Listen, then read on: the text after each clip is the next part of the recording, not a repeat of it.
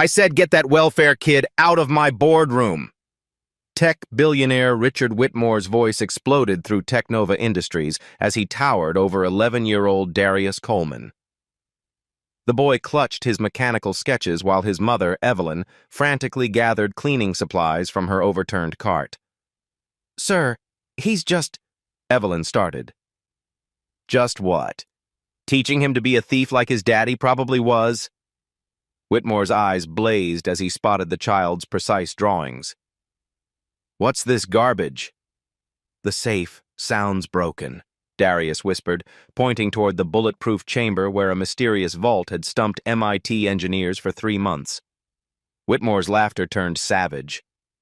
$500 million if you can open this safe, genius." His voice dripped with venom. "Oh, wait. Your kind probably can't even count that high." The child's steady gaze never wavered from the man who would soon regret every word. Have you ever watched someone's cruelty become their own destruction? The glass towers of Silicon Valley stretched endlessly beyond Technova Industries' 42nd floor, but inside the marble conference room, tension crackled like electricity. 3 months ago, a power surge had turned the company's experimental safe into a $500 million tomb. The prototype AI chips inside represented 5 years of research and Technova's entire future. Now bankruptcy loomed in 48 hours. Darius Coleman shouldn't have been there at all. The 11-year-old accompanied his mother during her 10 p.m. to 6 a.m. cleaning shifts because childcare cost more than Evelyn earned in a week. While she scrubbed toilets and emptied trash, Darius sat quietly in break rooms, sketching the machines that fascinated him. Every gear, every wire, every mechanical sound found its way into his notebook. The safe had arrived from Switzerland 3 months ago, a Mosler masterpiece worth more than most people's houses. Its biometric locks, titanium shell, and quantum encryption should have made it impenetrable. Instead, a summer thunderstorm and one power fluctuation had turned cutting-edge security into an expensive puzzle box. MIT's brightest minds had failed. A team of Swiss engineers flew in and left embarrassed. Even FBI consultants walked away shaking their heads. Each attempt cost hundreds of thousands, and each failure brought Technova closer to collapse. But Darius heard something others missed. Late at night, when the building emptied and silence settled like fog, he could hear the safe's mechanical heart beating irregularly. Something was wrong with its rhythm. That's when the trouble started. Richard Whitmore had built Technova from nothing, transforming a garage startup into a billion-dollar empire. His corner office showcased awards, patents, and photos with presidents. Success had hardened him into someone who saw people as either useful or obstacles. To Whitmore, cleaning staff were invisible until their children started asking questions. The first confrontation happened on a Tuesday night. Whitmore worked late, reviewing quarterly projections that painted a grim picture. Technova's stock had dropped 30% since news of the locked safe leaked. Investors were pulling out. Contracts were being canceled. He needed coffee and found Darius in the executive break room, sketching quietly while his mother cleaned nearby offices. "What is this kid doing here?" Whitmore's voice cut through the silence like broken glass. Evelyn appeared instantly, apology already forming on her lips. "Mr. Whitmore, I'm so sorry. I couldn't find a babysitter tonight and—" "This isn't a daycare." His eyes fixed on Darius with undisguised disgust. "Company policy clearly states no unauthorized personnel after hours." Darius looked up from his drawings, detailed mechanical diagrams that would have impressed engineering professors. "I'm not bothering anyone, sir." "I don't care what you think you're doing." Whitmore's voice dropped to a dangerous whisper. "Your mother works for me. You're trespassing."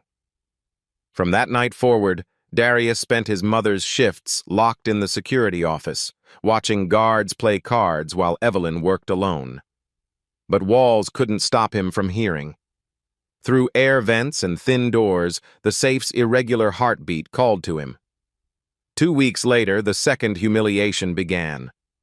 Whitmore emerged from another failed meeting with potential buyers. Without access to their prototype chips, Technova had nothing to sell. Desperation was setting in when he heard a small voice from the hallway. "Excuse me, sir?" Darius stood near the safe's chamber, notebook in hand. "That sound it's making, it sounds sad."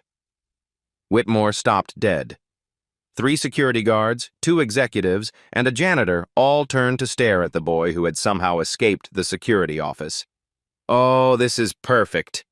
Whitmore's laughter echoed off marble walls. "Now the help's children think they're acoustic engineers." The executives shifted uncomfortably. Dr. Elena Vasquez, Technova's head of security, watched from the shadows with growing interest. "I just meant," Darius started. "You just meant nothing." Whitmore's voice carried the authority of someone used to crushing opposition. "Maybe we should hire all the janitor kids as consultants. What do you think, Dr. Vasquez? Should we put children on the payroll?" Scattered, nervous laughter filled the hallway. Darius's cheeks burned, but he didn't retreat. Instead, he opened his notebook and showed a page covered in precise mechanical drawings. "These are the internal gears," he said softly. "I think something stuck." Whitmore snatched the notebook, his face cycling through confusion and rage. The drawings were impossibly detailed, showing components that weren't visible from outside the safe.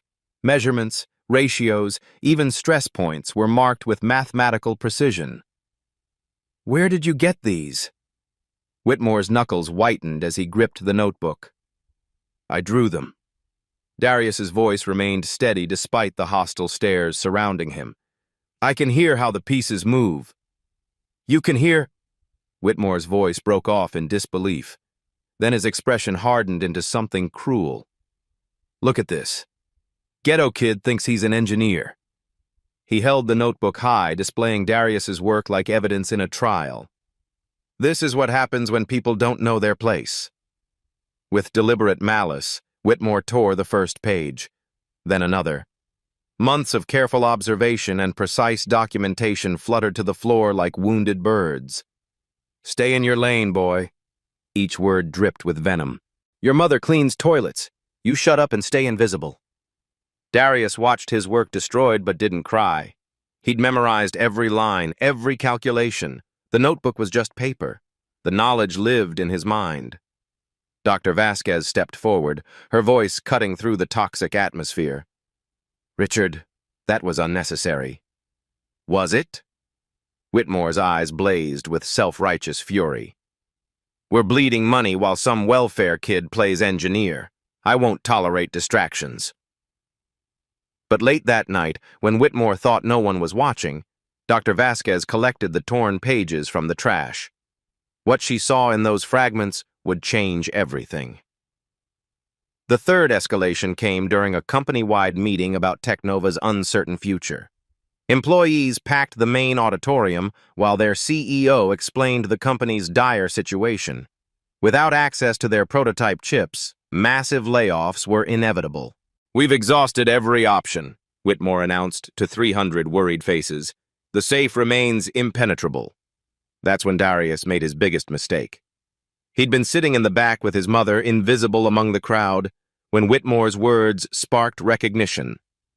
"It's not impenetrable," the boy said, his young voice somehow carrying across the silent auditorium. "It just reverted to 1965 operation mode." Every head turned.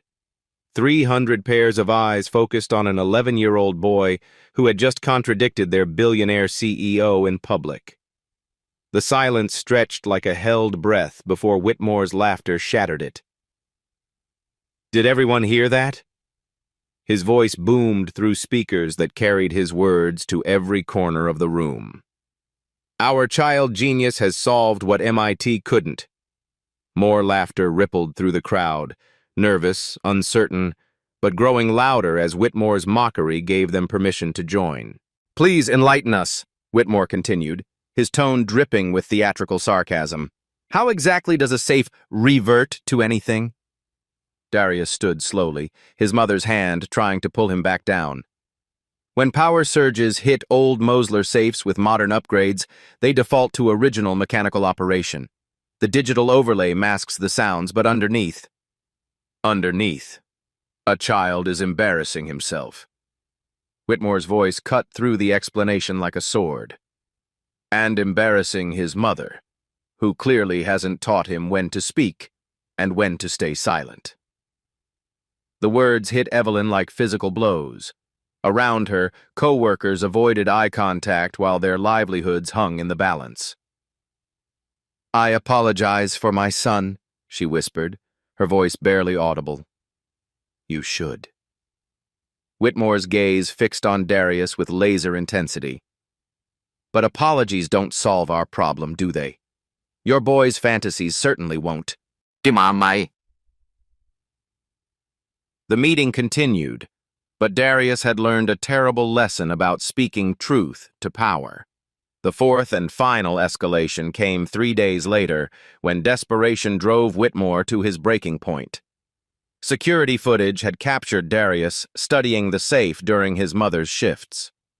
Despite being confined to the security office, the boy had somehow observed the vault's behavior patterns for weeks.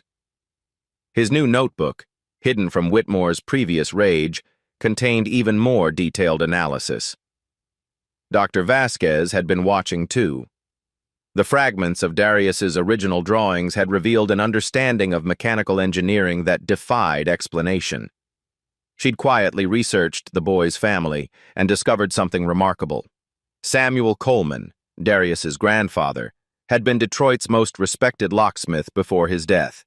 The man who'd helped design security systems for Ford, GM, and Chrysler had apparently passed more than just tools to his grandson. But Whitmore saw only threat. "I will not have some welfare kid wandering my halls like he owns the place." The CEO's voice thundered through an emergency staff meeting.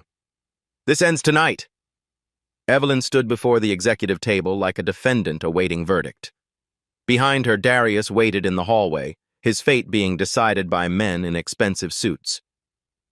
"Your son has become a distraction we cannot afford," Whitmore continued, his words carefully chosen for maximum damage.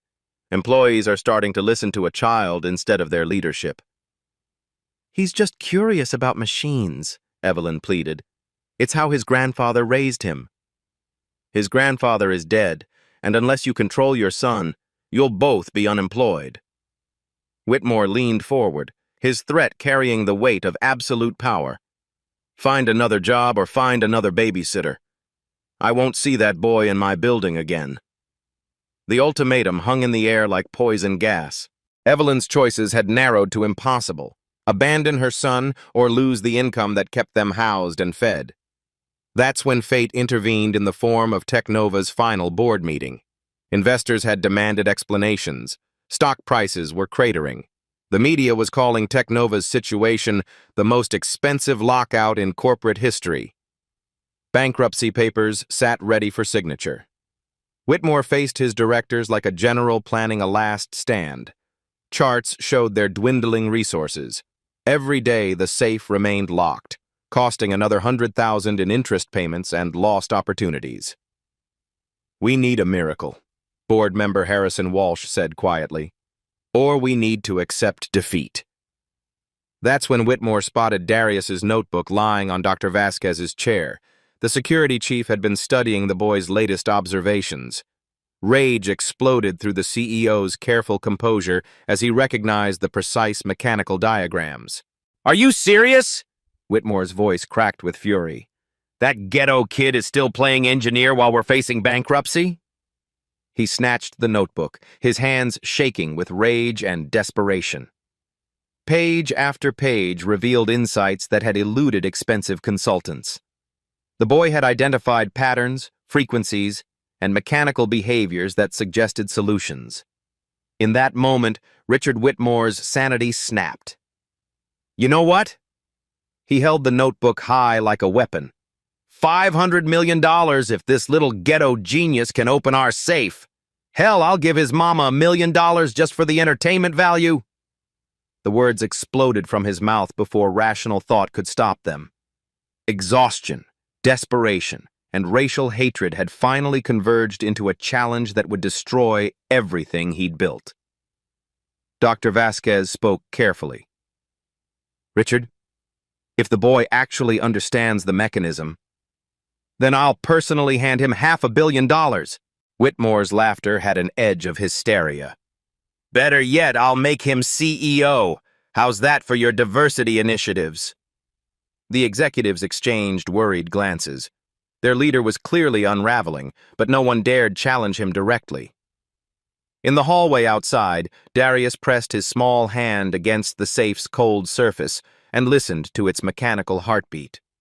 His grandfather's voice whispered from memory, teaching patience and precision. The boy had no idea that his billionaire tormentor had just signed his own destruction warrant. But what this 11-year-old learned from his grandfather would make Whitmore's sarcastic offer the most expensive joke in Silicon Valley history. In Detroit's Rust Belt heart, Samuel Coleman's basement workshop was a cathedral of precision. Vintage tools lined pegboard walls like surgical instruments. The air smelled of machine oil and metal shavings, punctuated by tick-tick-tick of grandfather clocks he repaired for wealthy clients who never knew his name. Samuel was Detroit's ghost genius, the black locksmith secretly consulted when automotive giants hit walls. Ford called at midnight for executive safe malfunctions. GM summoned him through service entrances when Swiss consultants failed. He arrived quietly, solved problems, and left without credit. His gift was supernatural, diagnosing any mechanism by sound alone. "Every machine has a heartbeat," he told 5-year-old Darius during their first lesson. "Close your eyes and listen." The boy sat cross-legged on concrete floors, surrounded by disassembled clocks and vintage safes. His grandfather's workshop was a mechanical museum where history lived in springs and precision-cut steel. "What do you hear, grandson?" "The big clock sounds tired. The little one sounds hungry." Samuel's weathered hands stilled. In 60 years of listening to machines, no one had described their sounds so accurately. The grandfather clock needed mainspring replacement. The mantle clock required lubrication. The gift had passed to another generation. Summer afternoons became mechanical poetry lessons. Samuel taught that wealthy people built complicated locks when frightened, but always left themselves simple escape routes. "Rich folks think complexity equals security," Samuel explained, showing Darius a 1960s Mosler safe. "But they're human. They forget combinations, panic during emergencies, so they build back doors." "Why keep back doors a secret?" "Because then they wouldn't be secrets." Samuel's fingers traced intricate mechanisms. Every lock tells a story about its owner, their fears, habits, blind spots. He opened safe after safe using techniques that seemed like magic. But Darius learned the science. Metal expansion from temperature, humidity effects on mechanisms, why certain combinations felt right to human psychology. "Your ears are better than mine," Samuel admitted when 8-year-old Darius diagnosed a timing issue he'd missed. "But ears without wisdom are just noise. Remember, listen first, think second, act third. But when you act, be certain." The motto became Darius's compass through a world that consistently underestimated him. At 9, Darius fixed the community center's heating during a December blizzard. Adult repair teams had failed for 3 days while families shivered in shelters. The boy listened to furnace rhythms, identified a valve obstruction, and restored warmth to 300 neighbors. "Lucky guess," people said. At 10, he repaired the school principal's vintage Mustang that mechanics had declared hopeless. Darius heard irregular engine breathing, traced compression issues to hairline cylinder cracks, and suggested repairs that saved Mrs. Patterson $4,000. "Someone must have helped him," they whispered. Samuel watched his grandson's gifts dismissed repeatedly. Society's blindness to black excellence was predictable as sunrise, but he prepared Darius for battles ahead. "Someday, grandson, Someone will desperately need what you know. When that day comes, be ready. Not for their approval, for your purpose. Samuel's final lesson came during his last summer. Pancreatic cancer was stealing him piece by piece, but his mind remained sharp as surgical steel. "The old safes are disappearing," he told Darius, pointing toward vintage mechanisms. "Companies think digital security is better, but metal remembers. Springs remember. When electronics fail, old knowledge becomes precious." He made Darius memorize every detail about 1960s Moslers, internal architecture, psychological patterns of original owners, Depression-era mindset influencing their design. "Rich men from that time feared losing everything again," Samuel explained. "They built escape hatches using personal numbers, founding dates, anniversaries, children's birthdays. Fear made them sentimental." 3 months later, Samuel passed peacefully in his workshop chair, surrounded by machines he'd spent a lifetime understanding. Darius inherited more than tools. He carried forward philosophy transcending mechanical knowledge. Every problem had solutions if you listened carefully. Every lock had keys if you understood the lockmaker's heart. Now, working night shifts beside his mother in Silicon Valley's gleaming towers, Darius felt his grandfather's presence. The experimental safe's irregular heartbeat called to him through marble walls and bulletproof glass. Samuel's voice whispered from memory about patience, precision, and the moment when preparation meets opportunity. The boy clutched his worn notebook, filled with observations that had earned him mockery and threats, and remembered his grandfather's final words. "When they need you most, they'll fight you hardest, but truth has its own timing. Your moment will come." In Technova's conference room, where a billionaire's hatred had just created an impossible challenge, that moment was approaching faster than anyone imagined. 18 hours until bankruptcy. Technova's emergency board meeting had devolved into controlled panic as directors faced financial annihilation. Stock prices cratered 40% in 3 days. Major investors fled like rats from a sinking ship. Richard Whitmore stood before the conference table where his empire was dying. Charts showed dwindling resources. Every hour the safe remained locked cost another 100,000 in interest and lost opportunities. "We need a miracle," board member Harrison Walsh said quietly.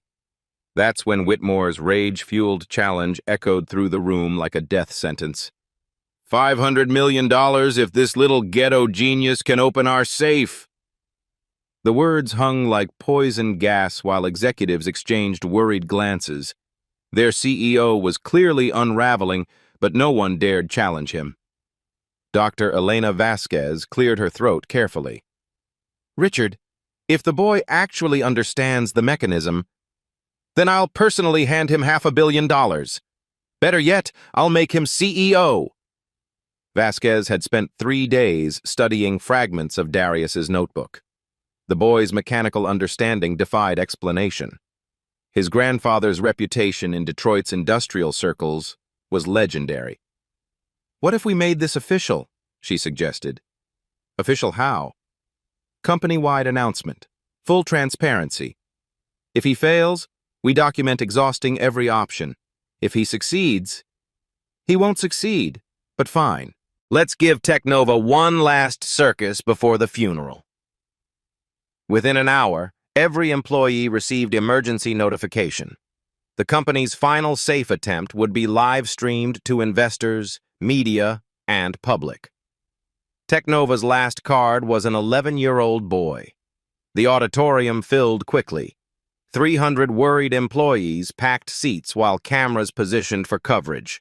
Tech journalists expected to document the corporate death spiral. What they got was far more explosive. "Ladies and gentlemen," Whitmore's voice boomed through the speakers, "today, Technova makes its final attempt." Behind him, a massive screen showed the vault that had defeated international experts for 3 months.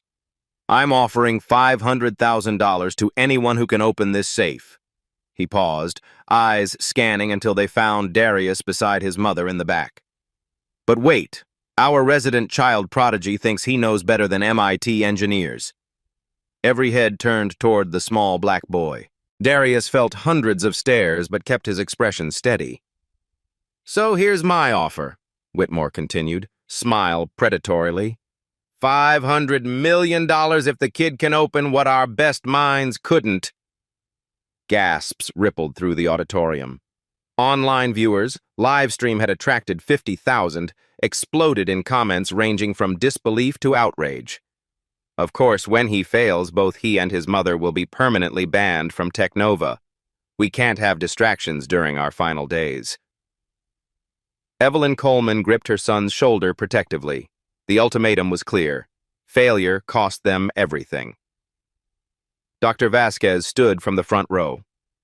"I'd like to state for the record that this child's observations show remarkable insight." "Dr. Vasquez, are you seriously validating this circus?" "I'm validating precision." She held up reconstructed notebook pages. "These drawings show understanding our consultants missed. Samuel Coleman was Detroit's most respected mechanical engineer. His grandson inherited more than tools." Samuel's name electrified the room. Older employees recognized the legendary locksmith's reputation. Suddenly, the boy wasn't just a janitor's son. He was a legacy incarnate. "Fine. Let's see if DNA trumps education." Whitmore gestured toward the safe's chamber, where technicians had positioned cameras. "The stage is yours, young genius. Show us what your grandfather's ghost taught you." Darius stood slowly. His mother's eyes reflected pride mixed with terror. 300 co-workers watched as he walked toward certain humiliation.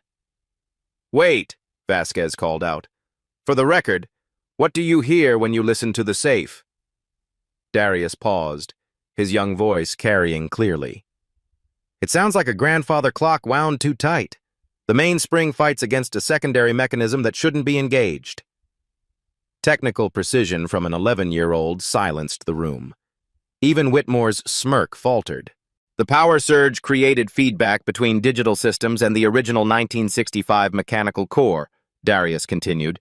"Electronic security failed, but instead of defaulting to open, it triggered Depression-era protocols protecting against total system failure." Vasquez nodded. "That explains why electronic bypass attempts failed. Electronics can't override psychological security. The backup system isn't about technology. It's about understanding who commissioned this safe in 1965. Whitmore's laughter exploded through speakers. "Psychology! The boy thinks he's a therapist!" But the live stream audience was captivated. Comments poured faster than moderators could process. Viewer count surged past 100,000 as social media amplified the story. Hashtags trended, #500 million safe, #young genius, #David vs. Goliath. Major news outlets picked up the feed. This wasn't just corporate drama. It was David versus Goliath with racial justice undertones resonating across platforms. "The challenge stands," Whitmore announced with finality. $500 million if this child succeeds, permanent banishment if he fails." Darius approached the safe's chamber like a gladiator entering the arena. Behind bulletproof glass, the massive vault waited, steel mountain that had humbled the world's finest minds. He unpacked his grandfather's worn leather tool roll, each implement polished by decades of use. Against the safe's bulk, antique tools looked impossibly small. "Any final words of wisdom?" Whitmore called mockingly. Darius looked back at the crowd, finding his mother's face among hundreds. "My grandfather taught me that rich people make complicated locks when scared, but they always leave simple ways for themselves." "What makes you understand fear better than MIT graduates?" The boy's answer was barely a whisper, but the acoustics carried it clearly. "Because scared people think like my grandfather did during the Depression, and he taught me how they think." For the first time, Whitmore felt uncertainty flicker. The boy's confidence wasn't bravado. It was quiet certainty backed by generational knowledge. But $500 million was impossible. The challenge was safe, wasn't it? The auditorium fell silent as Darius approached the bulletproof chamber housing Technova's $500 million mystery. Camera feeds broadcasted his small figure against the industrial safe to over 150,000 viewers worldwide.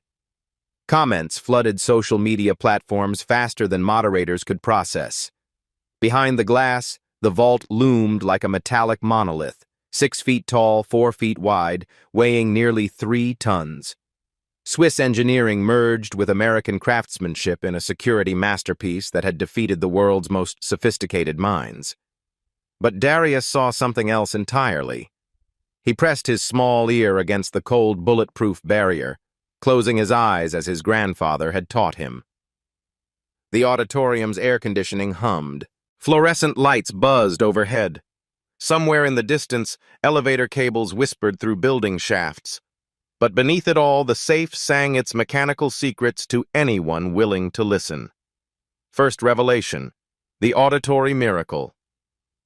1965 Mosler Banker's Pride, model BP 2400, serial number ending in 447, manufactured in Hamilton, Ohio between March and June of that year. Darius's voice carried clearly through the chamber's audio system. Every word hit the room like a physical blow. Dr. Vasquez pulled up Technova's acquisition records on her tablet, her fingers flying across the screen. The safe's documentation appeared, specifications that had required weeks of research when the company first purchased the vault. Serial number, BP 2400-447. Manufacture date, May 1965, Hamilton, Ohio. Model, Banker's Pride. Perfect accuracy from sound alone. "That's impossible," whispered Harrison Walsh from the board seat. "Those records weren't public." "How could he—" "The gear ratios," Darius continued, his small hands tracing invisible patterns against the glass. "Mosler used a specific 4.7-to-1 reduction in their 1965 luxury models. I can hear the harmonic frequencies when internal mechanisms engage. It's like a fingerprint." Whitmore's laughter had an edge of hysteria. "Lucky guess. Anyone could have researched those specifications." But Dr. Vasquez was already pulling additional documentation, manufacturing details that weren't in public records, technical specifications that required security clearance to access, details that an 11-year-old janitor's son shouldn't have known.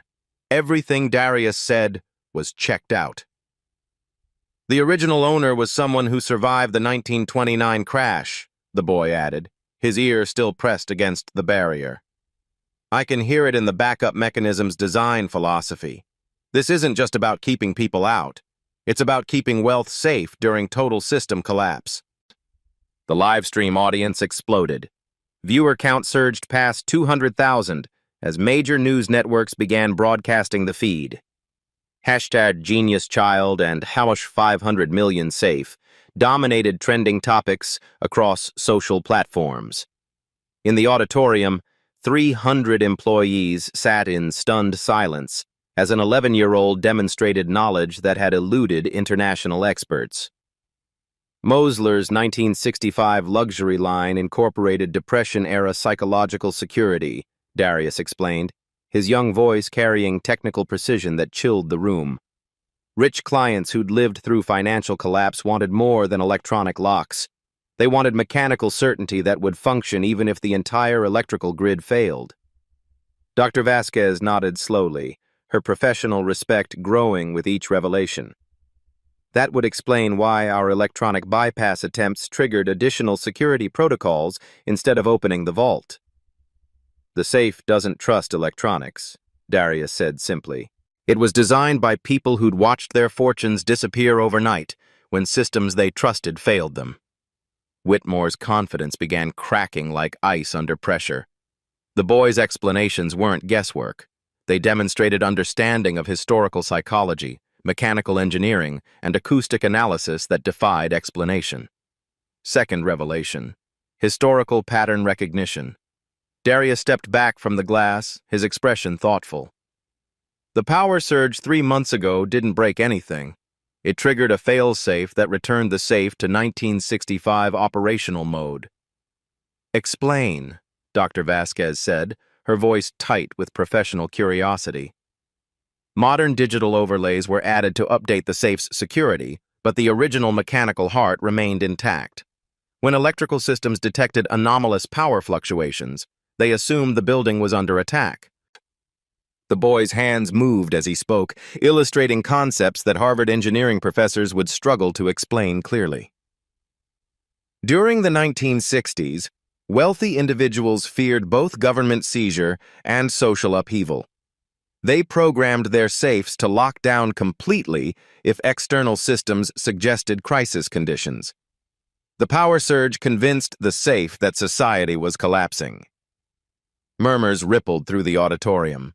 Online viewers shared the feed across platforms, adding commentary that ranged from amazement to disbelief.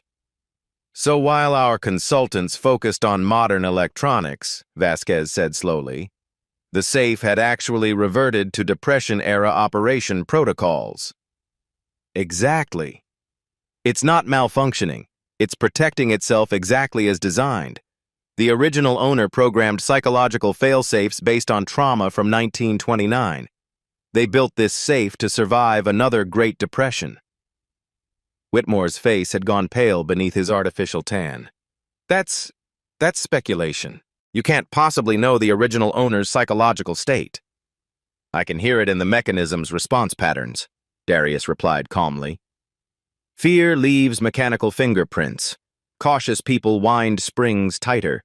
Traumatized people build redundant systems. Wealthy people who'd lost everything once designed escape routes. Only they understand." The explanation hit me like a revelation. Every failed attempt to open the safe had approached it as a modern security device. But this 11-year-old understood it as a historical artifact built by psychological survivors of economic catastrophe. Third revelation: the master touch. "The final sequence requires 3 simultaneous conditions," Darius announced, his voice carrying new authority. "Mechanical manipulation, psychological understanding, and perfect timing based on internal temperature cycles." He knelt beside his grandfather's tool roll, selecting instruments worn smooth by generations of use. Against the safe's industrial bulk, the antique tools looked impossibly delicate.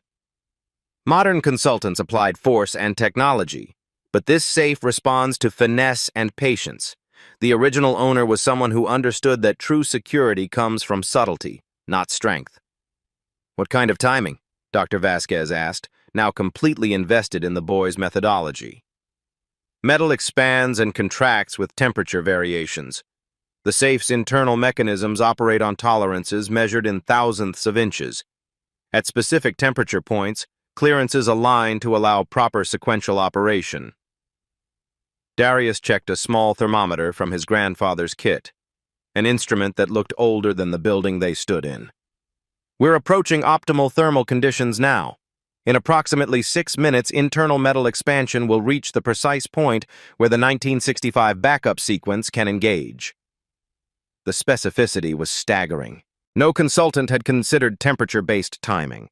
No expert had calculated thermal expansion effects on mechanical clearances. But even with perfect timing, the sequence requires understanding the original owner's psychological patterns, Darius continued. This particular safe was commissioned by someone who'd lived through financial collapse. They chose backup combinations based on personal significance, not random numbers. "How could you possibly know what numbers meant something to a dead person?" Whitmore's voice cracked with desperation. "Because scared people think alike," Darius replied with devastating simplicity. "My grandfather taught me that wealthy survivors of the Depression used similar psychological patterns, important dates that gave them hope during dark times, usually company founding dates, children's birth dates, or anniversary dates, numbers that reminded them why they were fighting to rebuild." The boy's hands moved over his tools with surgical precision, selecting each instrument for specific mechanical purposes that the audience couldn't understand, but somehow trusted completely. "Technova's original building was constructed in 1963, Darius noted, The safe was installed 2 years later. I'm betting the original owner chose numbers connected to this company's founding because it represented new hope after old losses. Whitmore's breathing had become labored. Everything the boy said made terrible sense. The safe wasn't just a security device. It was a psychological artifact from an era when wealthy people had learned not to trust anything except their own carefully hidden secrets. The combination isn't random, Darius concluded, his small fingers poised over instruments that seemed impossibly inadequate for the task ahead. It's emotional, and emotions follow patterns that my grandfather spent 60 years learning to read. The auditorium held its breath. Online viewer count had surged past 300,000 as news networks interrupted regular programming. Social media exploded with real-time commentary from mechanical engineers, historians, and psychology professors who couldn't believe what they were witnessing.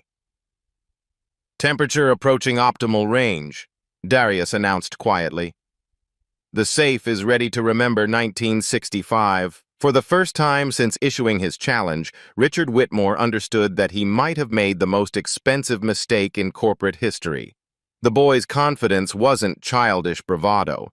It was quiet certainty backed by generational wisdom, perfect acoustic analysis, and understanding that transcended anything MIT had taught. Darius looked up at the cameras broadcasting his every move to hundreds of thousands of viewers worldwide. "My grandfather always said that rich people make the hardest locks, but they always leave the easiest ways in for themselves. Now I'm going to show you what he meant." The temperature gauge in Darius's weathered thermometer hit the precise mark his grandfather had taught him to recognize. Metal expansion had reached optimal alignment.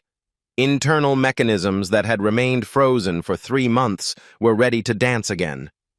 Absolute silence filled the auditorium. 300 employees held their breath while 350,000 viewers worldwide watched through live stream feeds that had crashed news websites and dominated social media trends. Darius knelt before the massive safe, like a young knight facing an ancient dragon. His grandfather's antique tools gleamed under camera lights, instruments that had opened thousands of locks across 6 decades of patient craftsmanship. "Beginning the sequence," he whispered, his small voice carrying clearly through audio systems. "Remember, this safe thinks it's 1965. I have to think like someone from that time, too." His tiny fingers found the safe's primary dial, worn smooth by countless attempts from frustrated experts. But where others had applied force and technology, Darius offered gentle conversation. "Hello, old friend," he murmured, words that Samuel Coleman had taught him to speak to stubborn mechanisms. "I know you're scared. I know you've been hurt. But it's time to trust again." The dial responded to feather touches that barely disturbed its surface. Darius's movements flowed like water, each rotation precise to fractions of degrees that his ears detected through microscopic changes in internal resistance. First number, 19. The year Technova's founder had been born, etched into corporate history that Darius had memorized from lobby plaques. Click. The sound was barely audible, but Darius's trained ear caught the subtle shift in mechanical tension. One tumbler had fallen into place after 3 months of stubborn resistance. Dr. Vasquez leaned forward, her professional fascination overriding workplace protocol. "How did you know that number?" "Scared rich people choose numbers that remind them why they're fighting," Darius replied without breaking concentration. Mr. Harrison founded Technova to prove his father wrong. His birth year represented the beginning of his determination. Second number, 63. The year Technova's first building had been constructed, representing hope rebuilt from ashes. Click. Another tumbler surrendered to patient precision. The safe's mechanical heartbeat changed rhythm, ancient springs relaxing as they recognized the psychological keys Samuel Coleman had taught his grandson to find. Whitmore's hands shook as sweat stained his $5,000 suit.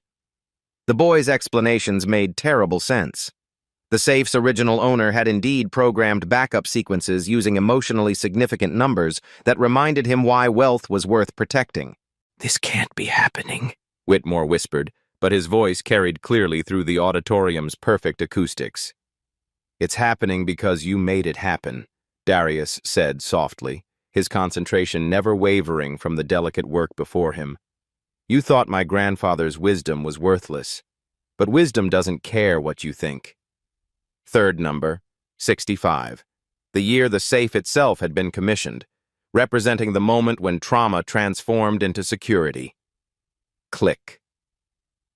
The final tumbler fell into place with a sound like distant thunder.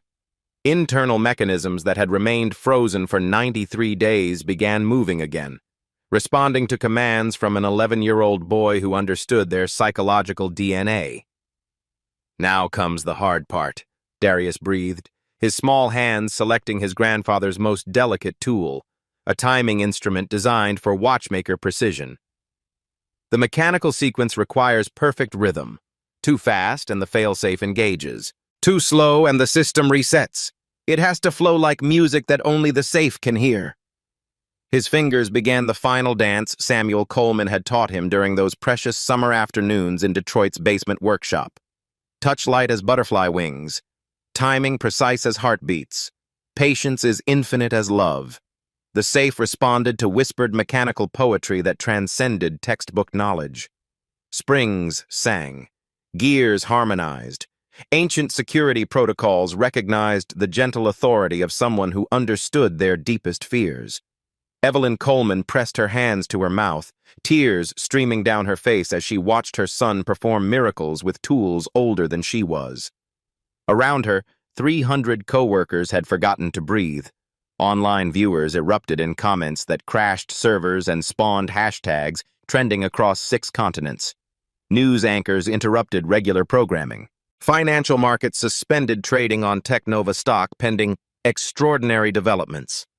"Almost there," Darius whispered, his young voice carrying the weight of generations. "Just like Grandpa Samuel taught me. When you find the heart of the machine, touch it like you're waking someone you love." The final sequence required 3 simultaneous actions that had defeated every expert who'd attempted them. But Darius performed them with fluid grace that made complexity look like simplicity itself. His left hand provided mechanical pressure. His right hand monitored acoustic feedback.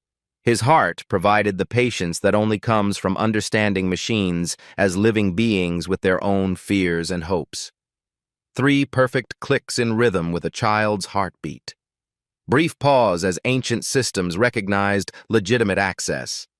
Then, with a sound like distant thunder rolling across summer skies, the massive safe door swung open smoothly under the tiny hand of an 11-year-old boy. Inside, gleaming prototype AI chips worth exactly $500 million reflected camera lights like technological treasure that had waited 3 months for someone wise enough to understand that the oldest keys sometimes open the newest doors. The auditorium exploded. The explosion of applause lasted 4 minutes and 37 seconds.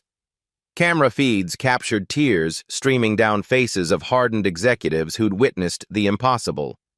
Online viewers crashed Technova's servers as 400,000 people simultaneously tried to share footage of an 11-year-old boy opening a safe that had defeated MIT. Dr. Elena Vasquez was the first to act. "Emergency board resolution," she announced, her voice cutting through celebration with professional authority. "Technova hereby establishes the Samuel Coleman Young Genius Fellowship Program, effective immediately." She stood before the auditorium like a general delivering victory terms. "Darius Coleman will receive full educational funding from elementary through doctoral studies, personal mentorship by industry leaders, and immediate enrollment in Stanford's Gifted Youth Academy." Harrison Walsh nodded from the board seating. "Motion approved unanimously. The boy's patent application for auditory mechanical analysis method will be filed under his name with full corporate backing." "Furthermore," Dr. Vasquez continued, her smile growing wider, Evelyn Coleman is hereby promoted to Director of Facilities Management with a starting salary of $120,000 annually, plus comprehensive health care and housing assistance. Evelyn collapsed into her seat, overcome by reversals of fortune that seemed too magnificent to believe. Her son had just transformed their lives with knowledge passed down through generations of undervalued brilliance. The company will also establish the Samuel Coleman Innovation Workshop, Vasquez announced, a fully equipped laboratory where young minds can explore mechanical engineering with proper tools and guidance. Darius stood before the opened safe, his grandfather's worn tools still in his small hands. Around him, corporate executives applauded like he was a conquering hero rather than a janitor's son who'd been threatened with banishment hours earlier. "There's one more thing," Dr. Vasquez said, her voice carrying emotional weight. "Samuel Coleman's tools will be permanently displayed in our main lobby with the inscription, 'Dedicated to masters who teach the future. Wisdom has no color. Genius has no age.'" The boy's eyes filled with tears at the honor paid to his grandfather's memory. Samuel's basement workshop wisdom had just elevated his grandson from poverty to promise in a single afternoon. But this was only the beginning. Major universities were already reaching out. Engineering societies wanted him as their youngest member. Tech companies competed to sponsor his education. An 11-year-old had just proven that underestimation is merely an opportunity waiting for its moment to shine. Within 6 hours, Richard Whitmore's racist mockery had exploded across every social platform on Earth. The hashtag number 500 million safe became the most viral corporate story in internet history, accompanied by video compilations of his cruelest moments toward an 11-year-old genius. The destruction unfolded with surgical precision. Hour 1. News outlets picked up the live stream footage.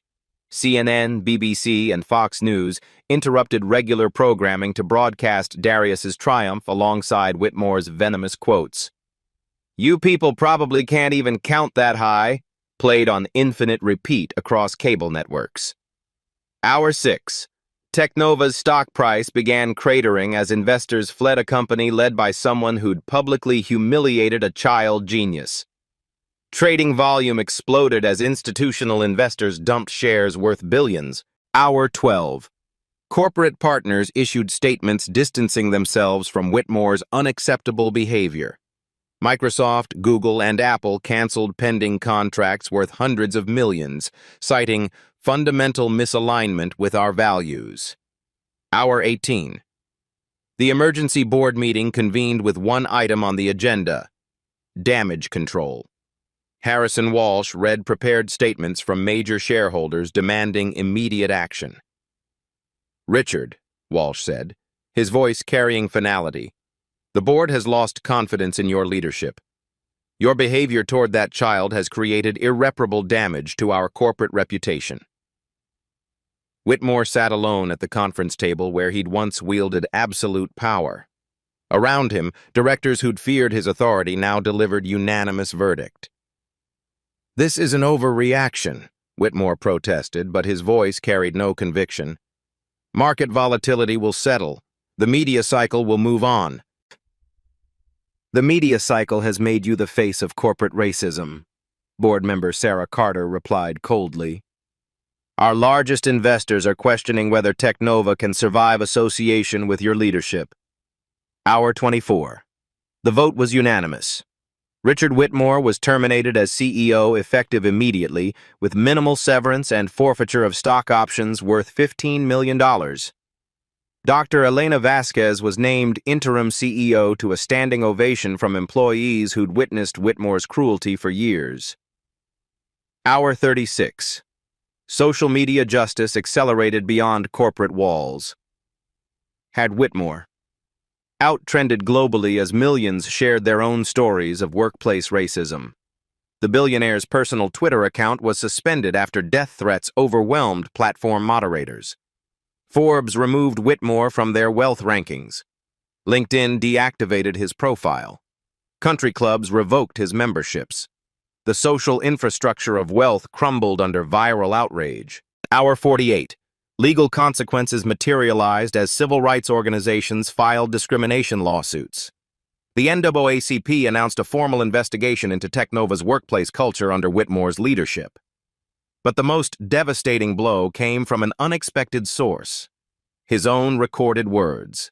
Security footage from the past 6 months revealed a pattern of racist behavior that destroyed any claim of isolated incidents.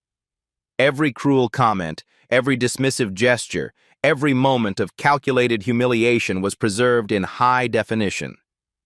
The man who'd built an empire through technical innovation was destroyed by technology's perfect memory.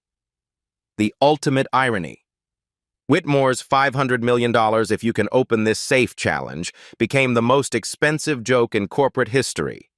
His net worth collapsed from $50 million to negative territory as legal fees mounted and assets were seized to cover corporate damages. Corporate revolution. Under Dr. Vasquez's leadership, Technova implemented sweeping changes. The All Minds Matter initiative provided educational support for employee families. Cleaning staff received profit sharing and unprecedented respect. The company became an industry leader in diversity and inclusion.